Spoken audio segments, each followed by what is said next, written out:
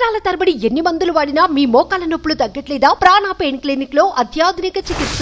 నాకు 900 మందితో భద్రత కల్పించండి. హైకోర్టును ఆశ్రయించిన మాజీ సీఎం జగన్.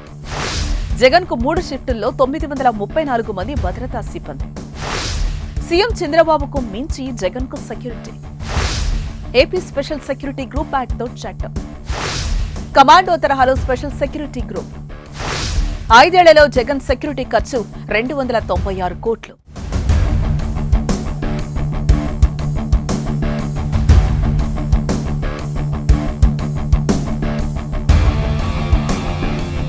తనకు రక్షణ కల్పించాలి అంటే సెక్యూరిటీ పెంచాలని మాజీ ముఖ్యమంత్రి జగన్మోహన్ రెడ్డి పిటిషన్ వేశారు. మాజీ ముఖ్యమంత్రి అయిన తనకు 900 మందితో సెక్యూరిటీ కల్పించాలని వైఎస్ జగన్ కోరారు. సీఎం హోదాలో భద్రత కల్పించాలని హైకోర్టును ఆశ్రయించారు. తన భద్రతను పునరుద్ధరించాలని జూన్ 3 నాటికి 900 మందితో ఉన్న భద్రతను పునరుద్ధరించాలని కోరుతూ మాజీ సీఎం జగన్ హైకోర్టును ఆశ్రయించారు. తనకు భద్రత కల్పించేలా రాష్ట్ర ప్రభుత్వానికి ఆదేశాలు ఇవ్వాలని పిటిషన్ దాఖలు చేశారు. అసలు జగన్ తన భద్రతపై ఎందుకు ఆందోళన చేస్తున్నారు? పదే సెక్యూరిటీ విషయంలో జగన్ ఎందుకు మాట్లాడుతున్నారు? వ్యక్తిగత భద్రత తగ్గించారని హైకోర్టును జగన్ ఆశ్రయించిన క్రమంలో జగన్ కు భద్రత తగ్గించారన్న వాదనను పోలీస్ శాఖ, ప్రభుత్వ వర్గాలు కొట్టిపారేశాయి. నిబంధనల ప్రకారమే జగన్ కు భద్రత కేటాయించామని ప్రభుత్వ వర్గాలు క్లారిటీ ఇచ్చాయి.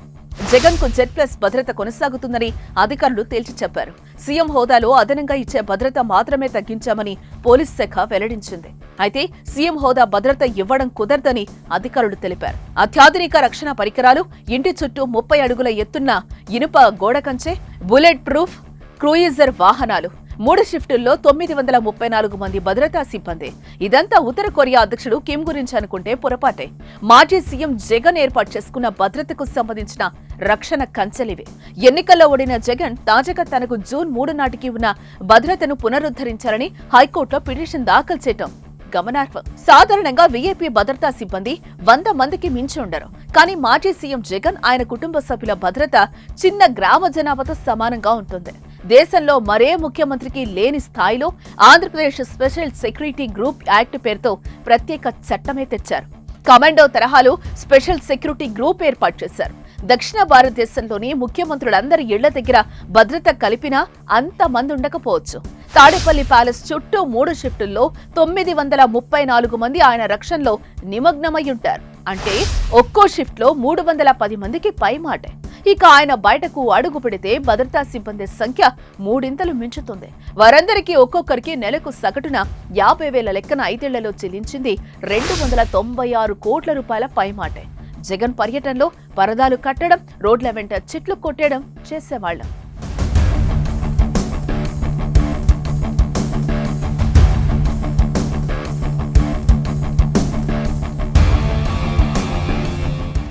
సీఎం హోదాలో ఏం చేసినా ఎవరు అడిగే ప్రయత్నం చెయ్యనే లేదు.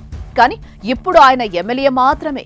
ప్రతిపక్ష నేత హోదా కూడా లేకపోయినా ముఖ్యమంత్రి చంద్రబాబుకు కూడా లేని స్థాయిలో రక్షణ కల్పిస్తున్నారు. జగన్ కాన్వాయ్లో 2 అత్యాధునిక ల్యాండ్ క్రూయిజ్ బుల్లెట్ ప్రూఫ్ కార్లున్నాయి. Z+ కేటగిరీలో నేషనల్ సెక్యూరిటీ గార్డుల ఆధీనంలో ఉన్న చంద్రబాబుకు బుల్లెట్ ప్రూఫ్ ఫార్చునర్ వాహనం మాత్రమే ఉంది. జగన్ తన భద్రతపై తరచూ ఆందోళన వ్యక్తం చేయడంపై ఇతర పార్టీల నేతలు అనుమానాలు వ్యక్తం చేస్తున్నారు.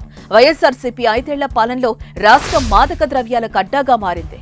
ఓవైపు గంజాయి విక్రయాలతో పాటు డ్రగ్స్ రవాణా మితిమీరిపోయింది. తీరంలో, పోర్టుల్లో పెద్ద మొత్తంలో డ్రగ్స్ కూడా పట్టుబడ్డాయి. ఎన్నికలకు ముందు విశాఖ పోర్టులో భారీ మొత్తంలో కంటైనర్లో డ్రగ్స్ పట్టుబడ్డం తెలిసిందే. భారీగా దొరికిన డ్రైడ్ ఈస్ట్ నమూనాలను సిబిఐ ప్రయోగశాలకు పంపారు. ఇప్పటి వరకు నివేదికలు బయటకు రాకున్నా కేసుపై సందేహాలున్నాయి. ఈ నేపథ్యంలో జగన్ తనకు పూర్వ భద్రత కల్పించాలని కోర్టుకెక్కడం తనకు ఏమాత్రం ఆశ్చర్యం కలిగించడం లేదని ఏపీకి చెందిన ఓ సీనియర్ నేత వ్యాఖ్యానించడం గమనార్హం. అయితే జగన్ పిటిషన్పై హైకోర్టు ఏ రకంగా స్పందిస్తుందో వేచి చూడాలి మరి.